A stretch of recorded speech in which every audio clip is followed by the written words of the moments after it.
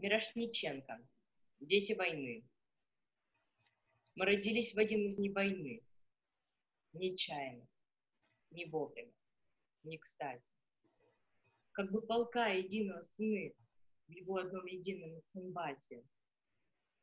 Белковый голод после страшных войн.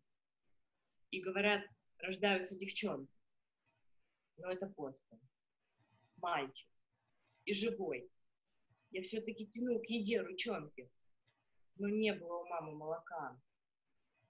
И как моя в очередях тянулась ее с чернильным номером рука.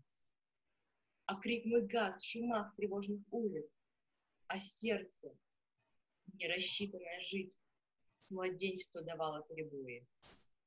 Учился с детства я его крепить, по-взрослому работал над собою. Сирота, недокормыш войны. Ровесники мои быстрее прочих, вдруг спившись, мрут.